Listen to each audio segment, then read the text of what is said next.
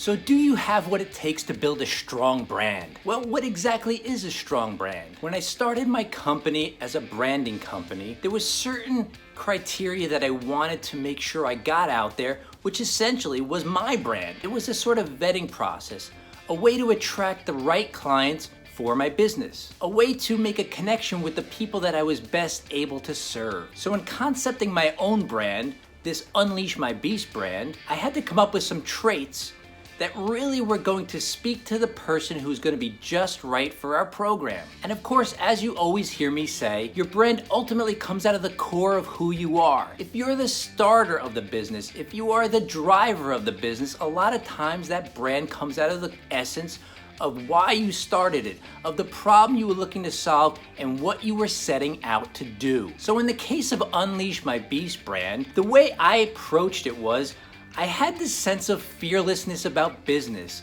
of not caring what people thought about me or what I do or how I do it. It was a sense of, this is what I stand for and this is what I will not stand for. I made it very clear cut so that the people who didn't relate to my approach would not even call me. They would be perfect for a different kind of company. And so that really takes a certain strength and a certain amount of guts in order to be able to say those things. Because as I built my business, I really had to put out a message that was gonna be a little bit polarizing, that was going to attract some people who loved me, but I had to be okay with a certain number of people really loathing me. Ouch. And that does take some courage. It takes a thick skin to be able to say, look, I know there's people that are not gonna like me based on what I say and how I do it, and that has to be okay. So in building a strong brand, I'm not saying to purposely tick people off, although it doesn't hurt. Sometimes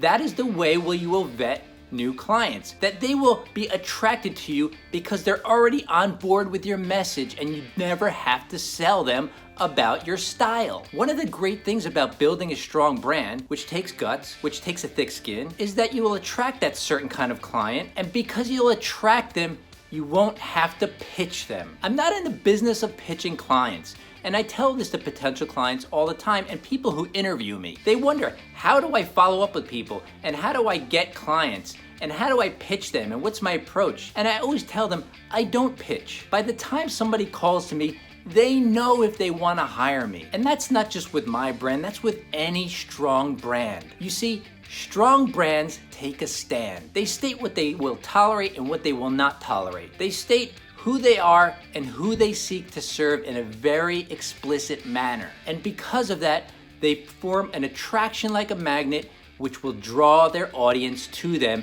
and repel those who are not right for them. So a strong brand takes guts, it takes a thick skin, it takes courage, and it takes you not giving a rip if people say, I don't like you. But that's okay, because the flip side is there's gonna be plenty of people who love you. And that's what it takes to get a strong brand.